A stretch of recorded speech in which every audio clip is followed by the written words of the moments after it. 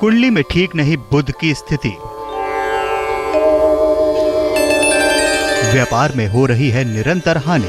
श्री गणेशाय नमः। धन के अभाव ने कर रखा है परेशान। भद्रं कर्णेभिः शृणुयाम देव। सेहत भी नहीं दे रही है साथ। भद्रं पश्येमाक्षभिर्यजत्राः। गणेश अथर्व शीर्ष के पाठ से होगा लाभ। टुवांसस्तनूभिः व्यशेम देवहितं यदायुः। दुखों बाधाओं से मिलेगी निजात। ओम शांति। अथर्व शीर्ष के मंत्रों का जाप। शांति। मिलेगा गणपति का पूर्ण आशीर्वाद।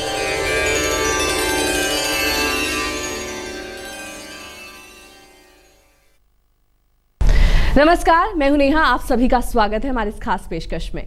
गणपति पूजन में गणपति अथर्वशीर्ष के पाठ को सबसे अहम माना गया है। ये मुख्य रूप से भगवान गणेश की वैदिक स्तुति है और अथर्वशीर्ष का पाठ करने वाला जातक हर तरह की विघ्न बाधाओं से मुक्त हो जाता है। फिर चाहे कुंडली की ग्रह दशा हो, स्वास्थ्य संबंधी परेशानी हो या फिर धन प्राप्ति की कामना, गणेश अथर्वशीर्ष के पाठ से भक्तों को समस्त मनोकामनाओं की पूर्ति का आशीर्वाद प्राप्त होता है।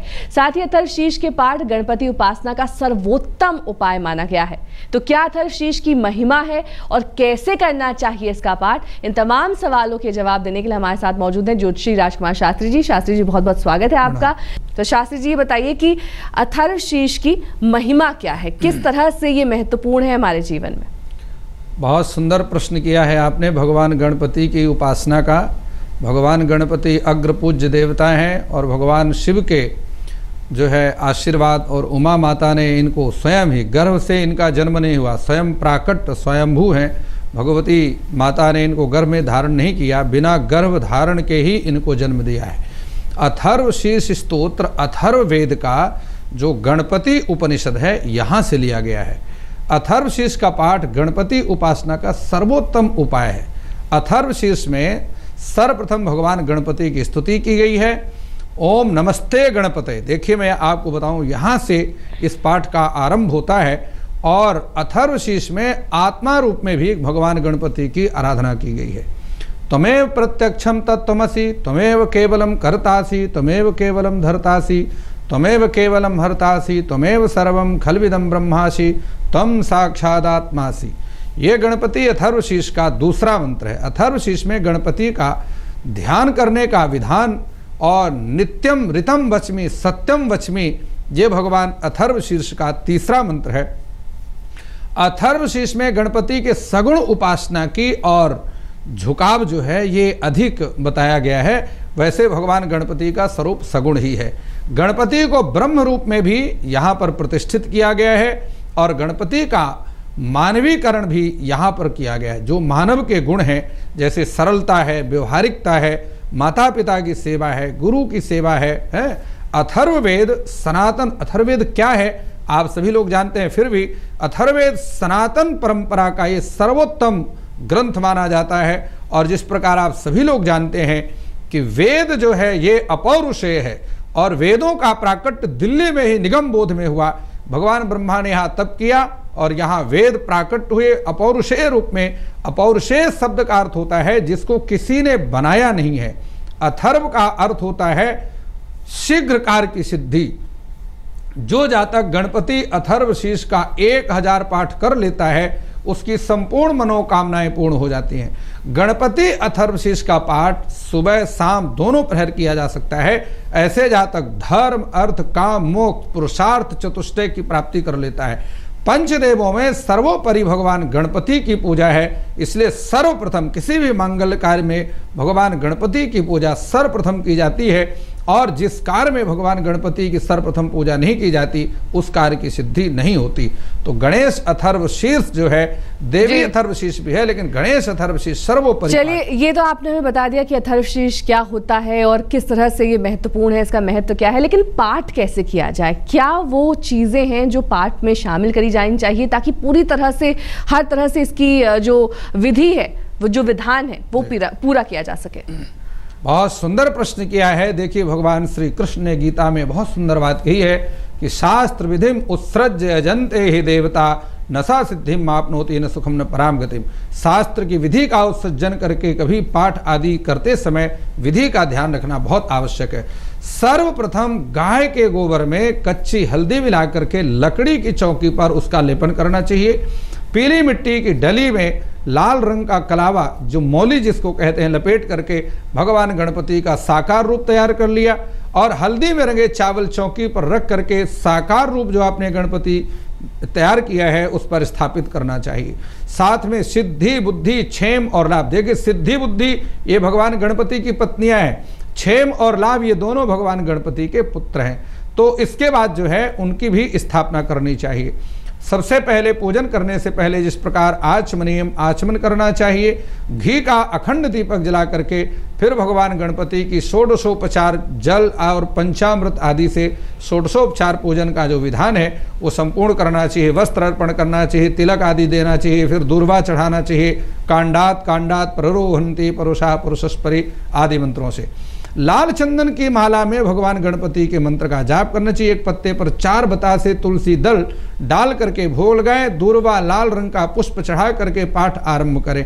आरती कर गणपति भगवान की 7 परिक्रमा करें, दंडवत प्रणाम करके अपनी मनोकामना स्मरण करें।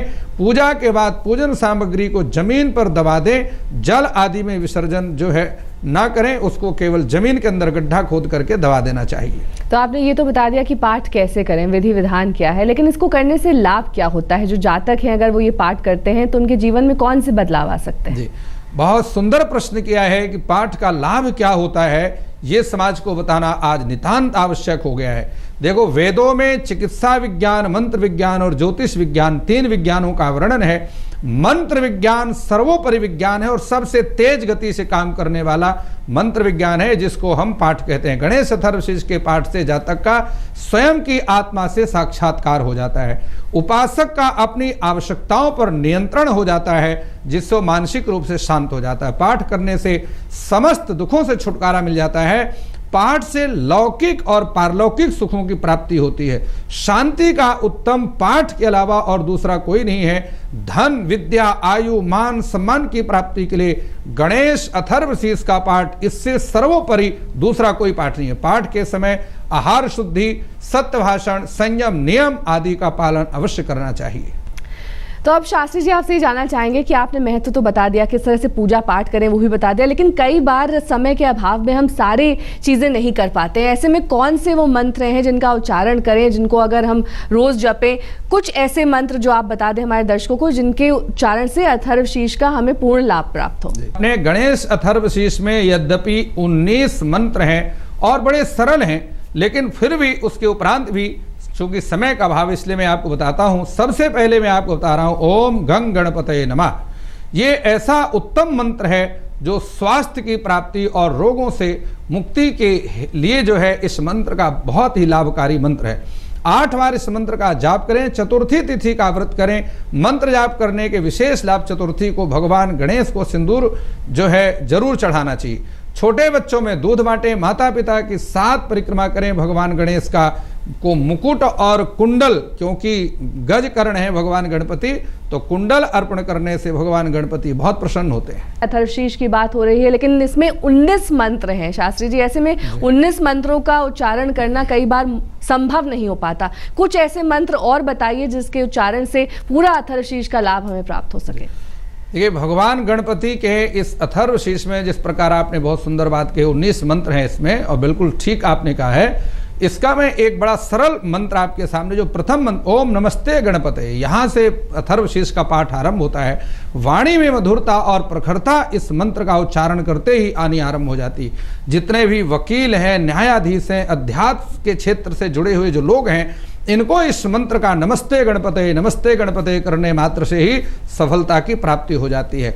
जो भी इच्छित मनोकामना के लिए इस मंत्र का एक माला, ये ध्यान रखें, लाल चंदन की माला में एक माला इसका जाप करें और आम और पलास की लकड़ी पर घी लगा करके इसी मंत्र से नमस्ते गणपते स्वाहा ऐसा उच्चारण करके हवन करना चाहिए। तावे का मुशक जो है बना करके अपने कार्यस्थल पर रखें।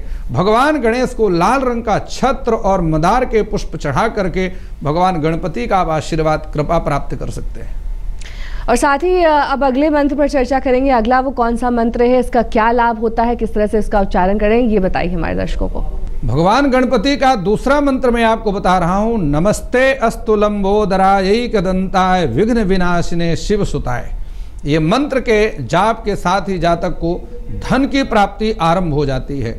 मंत्र का 27 बार जाप करें। गणेश अथर्वशीष की 8 पुस्तकें लाल वस्त्र में बांध करके और ब्राह्मणों को दान करना चाहिए। खील और हल्दी से गणपति भगवान की आराधना करें, इससे आपकी मनोकामना निश्चित रूप से सिद्ध हो जाएगी। और अब अगर राजनीतिक सफलता की बात करें, क्योंकि कई ऐसे लोग हैं जो राजनीति के क्षेत्र में होते हैं, ऐसे में वो कौन से मंत्र का उच्चारण करें? मैं भगवान गणपति का जो है गणपति गायत्री जिसको कहते हैं वो मंत्र मैं आपको दे रहा हूं, जो अथर्वशीष का 10वां मंत्र है। ओम एकदंताय विद्महे वक्रतुंडाय धीमहि तन्नो दंती प्रचोदयात्। मंत्र के जाप से राजनीतिक सफलता, सेना के क्षेत्र से जुड़े हुए जो लोग हैं, पुलिस में जो सेवा कर रहे हैं, जातकों को लाभ की प्राप्ति होगी। मंत्र का 108 बार उच्चारण करना चाहिए। दूर्वा अंकुर की माला बना करके भगवान गणपति को अर्पण करें। कमंडल में मूंग और लड्डू भर करके और भगवान गणपति को अर्पण करने से ये इस पेशे से जुड़े हुए जो लोग हैं उनको बहुत बड़ा लाभ प्राप्त होगा। ये तो बात हो गई राजनीति। अगर विवाह में बाधाएं आ रही हैं, विवाह में देरी हो रही है, या फिर बार बार विवाह किसी के साथ जुड़ता है लेकिन टूट जाता है, मंगनी टूट जाती है, ऐसे में कौन से मंत्र का उच्चारण करें? बहुत सुंदर, समाज का कल्याण करने के लिए आपने प्रश्न किया है। मैं उसके लिए एक बड़ा सुंदर मंत्र आपको दे रहा हूं। ये अथर्ववेद का वैदिक मंत्र है। और एकदंतम चतुर्हस्तम पाशंकुशधारिणम अभयम वरदम हस्तै बिभ्राणाम मूषकध्वजम। विवाह की राह में जितनी भी बाधाएं आ रही हैं, ये सब इस मंत्र का उच्चारण करते ही दूर हो जाती हैं। दाम्पत्य जीवन सुखी होगा। मंत्र का 54 बार उच्चारण करें और उच्चारण करने में संभव हो सके तो लाल आसन का प्रयोग करें। और गणपति का जल से जो है उच्चारण करते हुए अभिषेक करें। जल से गणपति मंदिर में हरे रंग का पत्थर लगवाएं। बेलपत्र, कनेर और तुलसी की मिश्रित माला बना करके भगवान गणपति को अर्पण करें। 3 इलायची लेकर के और उनको गणपति का ध्यान करते हुए जल में प्रवाहित कर दें। विवाह की संपूर्ण बाधाएं आपकी दूर हो जाएंगी। शास्त्री जी, कुछ और ऐसे मंत्र जो अगर उच्च पद पर लोग आसीन हैं, कुछ ऐसे उच्च अधिकारी होते हैं अलग अलग क्षेत्रों में, जो अगर इस मंत्र का उच्चारण करें तो उन्हें अपने क्षेत्र में लाभ हो सकता है? उच्च पद पर बहुत जिम्मेदारी का पद है। यहाँ पर बैठे हुए जो लोग हैं उनके लिए मैं एक ऐसे सिद्ध गणपति अथर्वशीर्ष का मंत्र दे रहा हूँ। निश्चित रूप से 100% इसका लाभ प्राप्त होगा। इदम अथर्वशीर्षम शिष्याय नादेयम यो यदि मोहादास्यति सा पापीयान भवति। पुनः इस मंत्र का उच्चारण समझ लें। इदम अथर्व अशिष्यम नादेयम यो यदि मोहाद दास्यति सा पापीयान भवति। उत्तम पद पर आसीन जातकों के लिए इस मंत्र का जाप बेहद लाभकारी है। मंत्र का 11 बार जाप करें।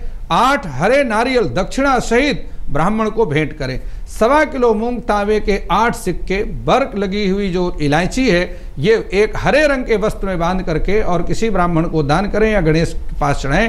पंचमेवा, काले तिल, चावल और जो है घी मिला करके हवन सामग्री तैयार करें और उस संपूर्ण सामग्री से हवन करें। इससे निश्चित रूप से बहुत बड़े लाभ की प्राप्ति होगी। तो ये तो बात हुई कुछ ऐसे मंत्रों की जो आपने बताया कि अगर हम उनका उच्चारण करते हैं अथर्वशीर्ष में तो पूरी तरह से हमें उसका लाभ प्राप्त हो सकता है, क्योंकि 19 मंत्र का उच्चारण रोज करना हमारे दैनिक क्रिया में कई बार संभव नहीं हो पाता। ऐसे में शास्त्री जी ने आज हमें बताया कि कौन से मंत्र का आप जाप करें अथर्वशीर्ष में, ताकि आपको संपूर्ण लाभ प्राप्त हो सके। फिलहाल शास्त्री जी बहुत बहुत शुक्रिया हमारे इस खास पेशकश में शामिल होने के लिए, और देश और दुनिया की तमाम खबरों के लिए आप देखते रहिए आज तक।